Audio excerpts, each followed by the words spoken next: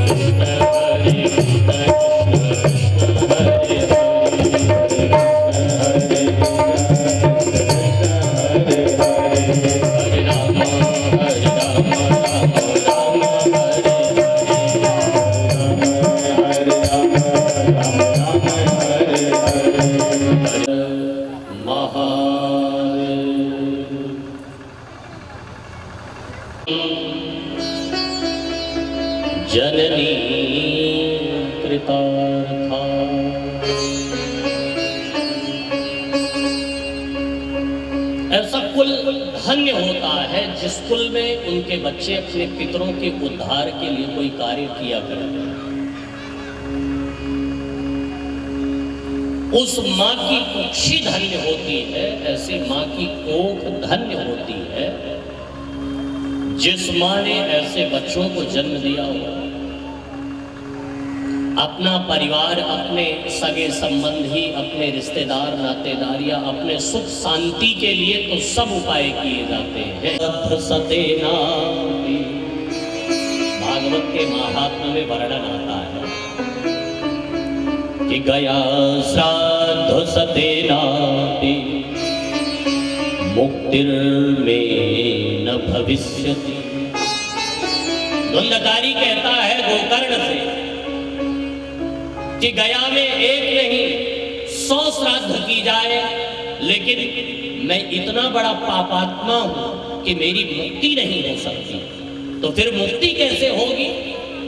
जिनके पितरों की मुक्ति गया, ब्रह्म कपाली इत्यादि पिंडदान करने से न भी हुई हो,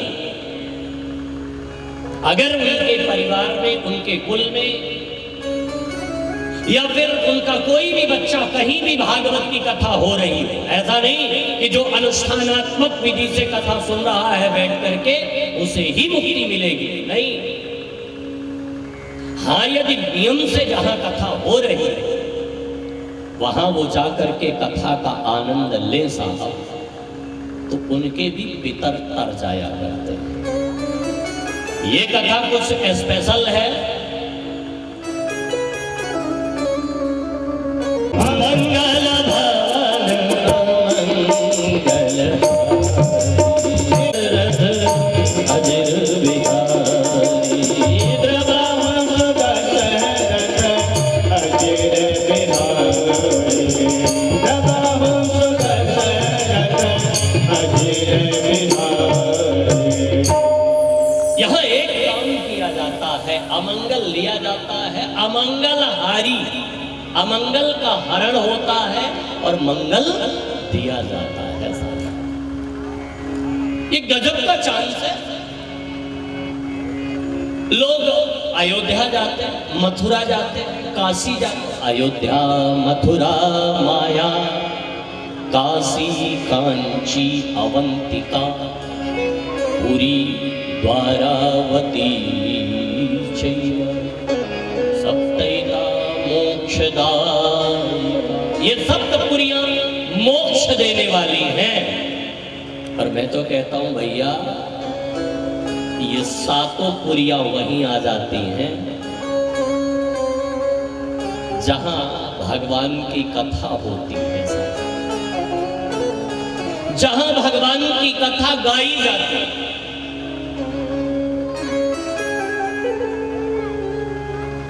और सप्तपुरियां ही नहीं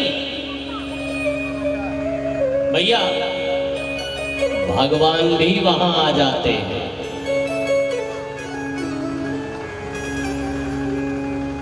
आज तो सौभाग्य है हम सभी का, जो इस भागवत की भागीरथी में स्नान करने का अवसर प्राप्त हो रहा है। भगवान ने इस धरा पर, इस धरती पर अपने शरीर से दो चीज प्राकट्य किया और दोनों का नाम भासे ही है। दोनों दिखाई पड़ती हैं। एक मुक्ति के लिए है भागीरथी गंगा और दूसरी मुक्ति के लिए है भागवत रूपी गंगा। एक साधारण इंसान को पता है, मतलब क्या निकला? एक आम आदमी जानता है कि कोई आसक्त हो, ऐसे असक्त हो गया हो, निस्सहाय हो, अब उसकी शरीर काम ना कर रही हो, तो लोग गंगा जल तुलसी दल डाल देते हैं कि भैया इनको भगवान अब मुक्ति दे दे। गंगा जल तुलसी दल इनके मुक्ति में पड़ गए। जो परीक्षित अपने शरीर पर, अपने पैरों पर चल करके गया, गंगा के किनारे बैठा है और ये जानता है कि कि गंगा में स्नान करने से, गंगा जल पान करने से मुक्ति हो जाती है, तो परीक्षित को क्या जरूरत थी भागवत की कथा सुनने की? परीक्षित चाहते तो एक अंजलि जल उठाते और गंगायै नमः, यमुनायै नमः, सरस्वत्यै नमः कह के जल पी लेते, मुक्त हो जाते। यह परीक्षित मुक्ति के लिए भागवत की कथा चाहते होते तो साहब गंगा के किनारे बैठे थे और हर हर गंगे करके स्नान कर लेते, परीक्षित मुक्त हो जाता, क्योंकि गंगा में स्नान करने से व्यक्ति मुक्त होता। अगर परीक्षित मुक्ति के लिए गंगा की कथा, गंगा के किनारे बैठे होते तो मोक्ष पा लेते न। अरे शास्त्र ऐसा वर्णन करते हैं कि गंगा गंगेति यो ब्रूयात् योजना नाम सतैरपि मुच्यते सर्व पापेभ्यो विष्णु लोकम स गच्छत्। गंगा के समीप तो जाने दो, गंगा गंगेति यो ब्रूयात् योजना नाम सतैरपि, गंगा के 100 योजन दूर से केवल गंगा गंगा गंगा गंगा कह दिया जाए तो मुच्यते सर्व पापेभ्यो, सारे पापों से मुक्ति मिल जाती है और वो व्यक्ति क्या होता है? विष्णु लोकम स गच्छत्, विष्णु लोक चला जाता है। अच्छा परीक्षित इसलिए अगर गंगा के किनारे बैठे होते कि मेरी मुक्ति हो जाए, मैं दोबारा जन्म न लूं, तो ऐसा वर्णन आता है शास्त्रों में कि विष्णु पादोदकं पीत्वा पुनर्जन्म न विद्यते। जो गंगा जल पी लेता है उसका पुनर्जन्म नहीं होता। तो परीक्षित अगर ये चाहते होते तो गंगा जल पी लेते, बैठे तो गंगा के किनारे ही थे। परीक्षित इसलिए भागवत की कथा नहीं सुनते साहब ना, या फिर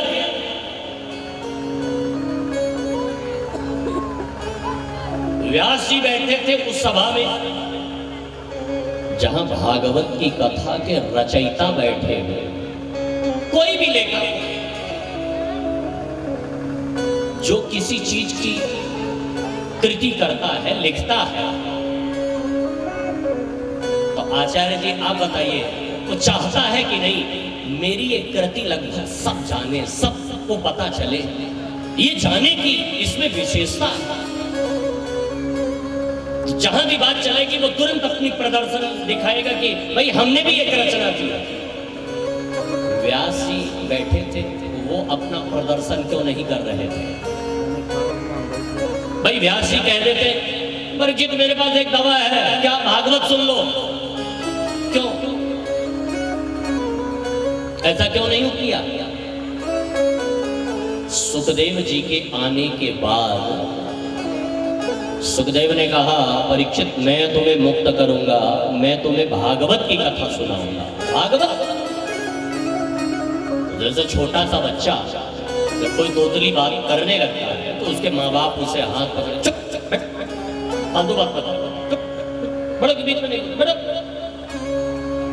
नहीं। एक बार व्यास जी ने भी कहा नहीं, लेकिन सुखदेव क्या कहा? पिताजी कीप साइलेंट, आप चुप होइए। बोले क्यों? तू कंफर्म है कि भागवत से इनका इलाज हो जाएगा?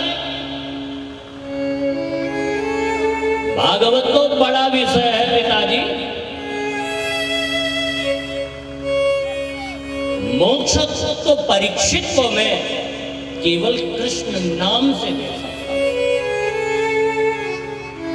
केवल मैं परीक्षित का हाथ पकड़ करके इनके कान में कृष्ण कह दूं, परीक्षित को मुक्ति मिल जाएगी। इनके कान में केवल कृष्ण शब्द बोलने से मुक्ति हो जाएगी। ये मैं जरा इनको दूसरी दवा पिलाने जा रहा हूं और इनके माध्यम से कितनों को मैं इस दवा से अभिसिंचित करना चाहता हूं। बोले कैसे? बोले पिताजी एक बात मैं आपसे बता रहा हूं। बोले क्या?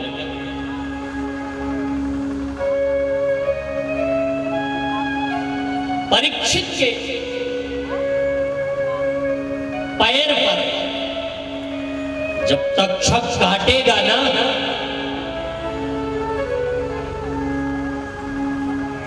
तो जहर ऊपर की ओर चढ़ेगा और उससे पहले मैं परीक्षित के कान में काट दूंगा कृष्ण नाम से।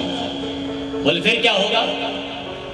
बोले कृष्ण नाम का अमृत नीचे की ओर उतरेगा इनके कर्ण कोहरों से और तक्षक का जहर पैरों से ऊपर की ओर चढ़ेगा। ध्यान देना चाहता हूं, मैं आपको कुछ दूसरी चीज बताना चाहता हूं।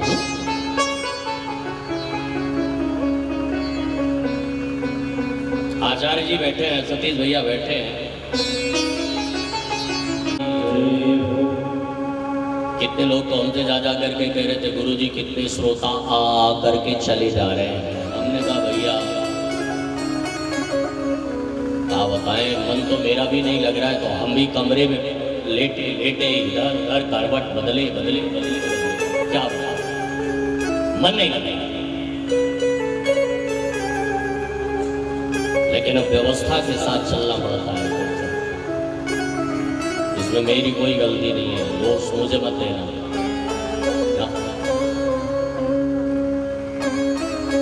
बोले बाल कृष्ण लाल की। प्रायः विकार जब चढ़ता है जीवन मनुष्य शरीर में तो नीचे से ही चढ़ता है। वासना जब भी शरीर में प्रवेश करती है तो नीचे से ही, और उपासना जब जीवन में प्रवेश करती है तो ऊपर से।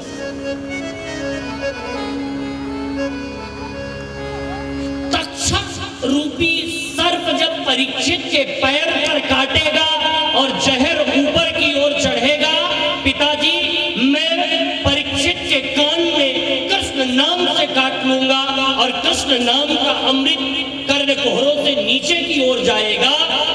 मतलब जहर वासनाओं का नीचे से आएगा और कृष्ण नाम का अमृत कर्ण कोहरों से आएगा। दोनों में होगा भयंकर युद्ध हृदय में, और जब भयंकर युद्ध होगा तो मुझे पूर्ण विश्वास है कि कृष्ण नाम का अमृत तक्षक के दंश से के जहर से जीत जाएगा और परीक्षित को मुक्ति मिल जाएगी, वो मोक्ष को प्राप्त कर देगा। लेकिन अगर परीक्षित मुक्ति के लिए बैठे होते तो 20 विकल्प भरे थे।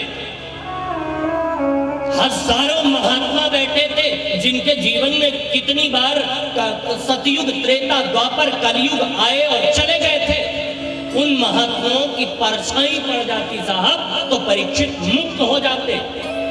यह परीक्षित मुक्ति के लिए भागवत की कथा सुन रहे थे तो गंगा जल पान कर लेते, मोक्ष मिल जाता।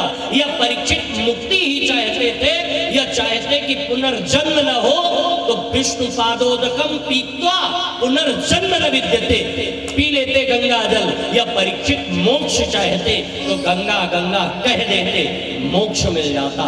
यह परीक्षित मुक्ति का उपाय चाहते, या परीक्षित ये चाहते होते कि साहब हमारे ऊपर तक्षक दंश न मार पावे तो कोई ऐसे ग्लास की व्यवस्था करते, कांच की व्यवस्था करते। या परीक्षित ये चाहते कि मैं जिंदा रहूं तो परीक्षित किसी राज्य वैद्य से सलाह लेते, किसी डॉक्टर से सलाह लेते कि कोई विषैला से विषैला सांप काटे तो उसकी दवा क्या होगी। लेकिन परीक्षित ने ऐसा कुछ नहीं किया। समस्या में तपस्या कैसे करनी चाहिए ये सिखाया है परीक्षित ने हमको भागवत की कथा।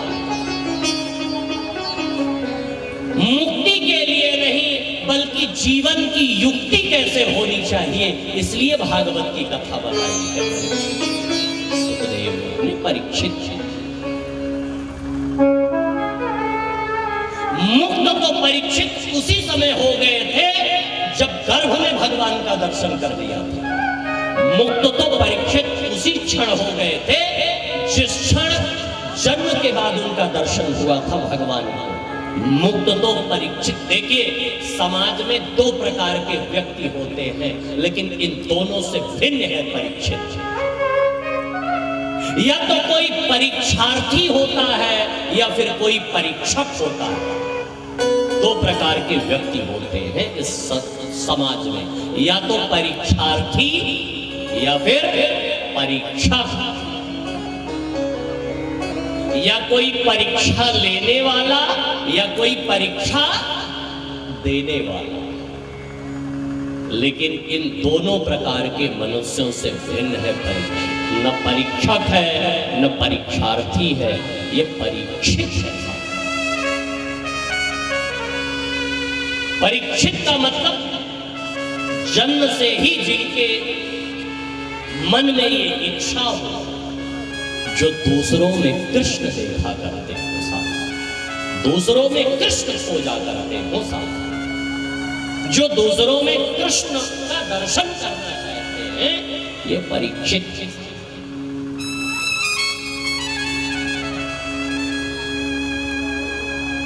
भागवत के महात्म का पहला श्लोक में आपको दर्शन करवाऊंगा। सच्चिदानंद रूपाय सप्ताह यज्ञेन कलौ पुनन्ति ते।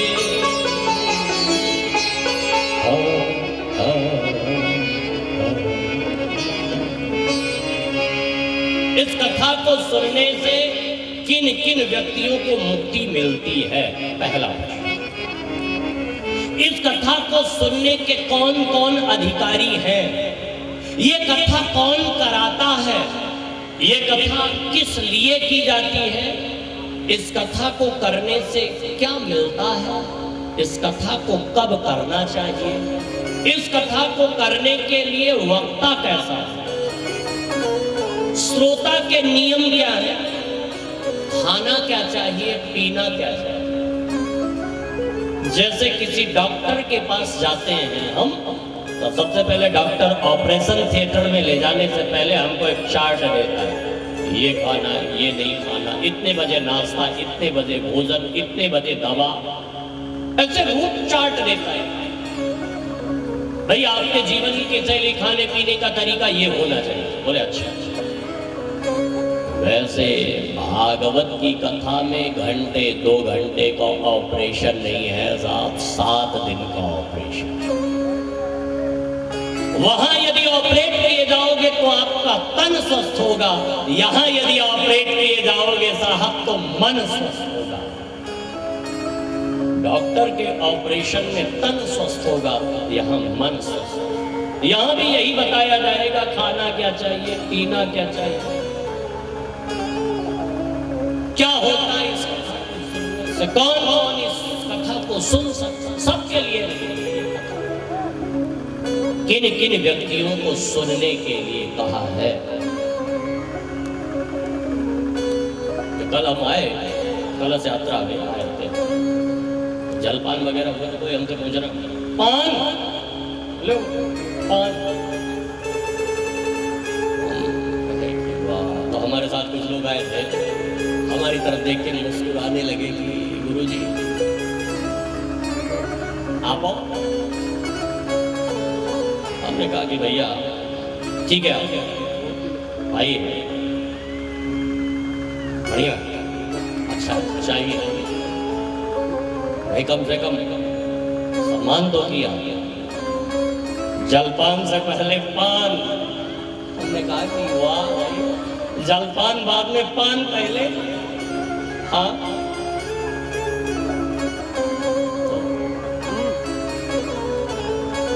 हमको याद आने लगी यार, हमने कहा कि भैया होते हमारे तो प्रसन्न हो जाते, कम से कम जलपान नहीं पूछा, पान तो पूछा। हाँ अच्छा, ये होते तो ले भी लेते। हाँ लाओ रखो पहले, आप लेके रख के तब बताते, पहले जल पान कराओ तब पान खाएंगे, है ना। बोले बाल कृष्ण लाल की विशुद्ध्यन्ति वदन्तु मह्यम् सप्ताह यज्ञेन कलौ पुनन्ति ते। हरिद्वार में आनंद वन नामक तट पर महाराज नारद जी महाराज जैसे ही हाथ जोड़ करके शनकादिकों से पूछ बैठे तो शनकादिकों ने कितना बढ़िया उत्तर दिया कि ये मानवा पापकृतस्तु सर्वदा सदा दुराचाररता विमार्गगा क्रोधा निदग्धा कुटिलाश्च कामिनः सप्ताह यज्ञेन कलौ पुनन्ति ते। धुंधकारी का चरित्र, आत्मदेव नाम के पंडित जी धुंधकारी का चरित्र, और फिर भागवत की कथा कब करे, कैसे करे, वक्ता कैसा हो, इसका महात्म्य, इसकी महिमा बताई गई। लेकिन मैं आज नहीं, आपको कल ठीक 3 बजे से आप लोग पधारे, जरूर भागवत का महात्मा, भागवत का प्रश्न, भागवत के प्रश्न का उत्तर।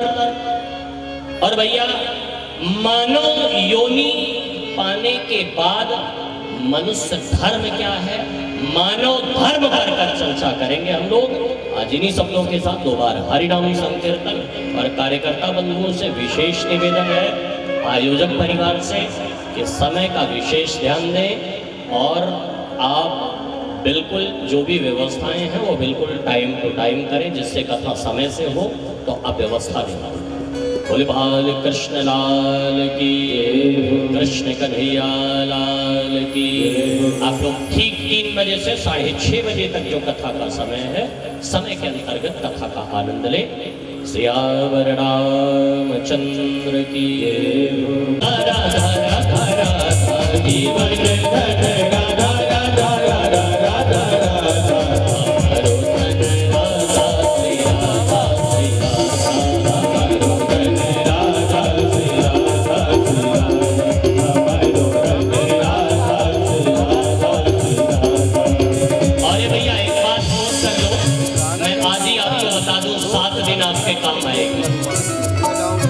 भगवान की कथा में, कीर्तन में, उनके नाम संकीर्तन में ताली बजाने के फायदे। पहला फायदा, जो भी भगवान की कथा जाते हैं। हाँ, अगला फायदा, यदि भगवान की कथा में, कीर्तन में ताली, अपने शरीर से पाप निकल जाता। किसी ने पूछा कि गुरुजी जो ताली नहीं बजाते उन्हीं के सर पे जाके बैठ जाता है। हाँ, भगवान की कथा में न नाच पाया तो उसे दुनिया के सामने नाचना पड़ता है। में लिखा है नृत्य गीतम दिगंचरे, सुंदर कथा के बाद मस्ती में भैया एक भजन में केवल वही जरा मधुम से राग है।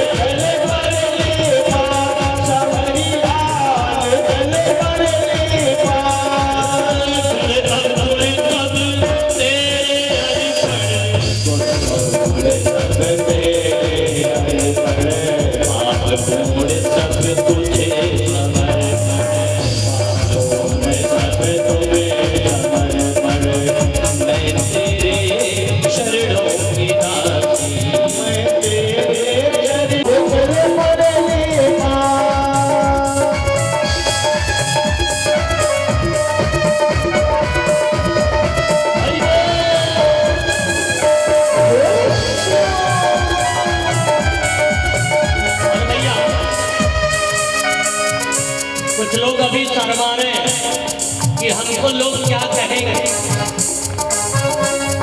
हम तो बिल्कुल नहीं शर्माते ना, क्योंकि कुंडा वालों से ऐसा नाता जुड़ा है। और भैया अगर ये सोचेंगे कि दुनिया वाले क्या कहेंगे, तो दुनिया वाले तो हमको भी बहुत कुछ कहा करते हैं। हाँ, ये दुनिया कभी अच्छा नहीं कहेगी ना। और एक बात नोट कर लेना, दीवानों को दुनिया बड़ा कलंक लगाती है। हाँ, अब तो जो कलंक लगना था वो लग चुका। अब कैसा डरना कलंक से, क्योंकि दिलबर को देखना है तो दिलदार बने रहना, हर जख्म सहने को तैयार खड़े रहना, क्योंकि दुनिया कहेगी पागल दीवाना, लेकिन अगर दीवाने बने हो तो लगातार बने रहना। जरा मस्ती में प्यारे से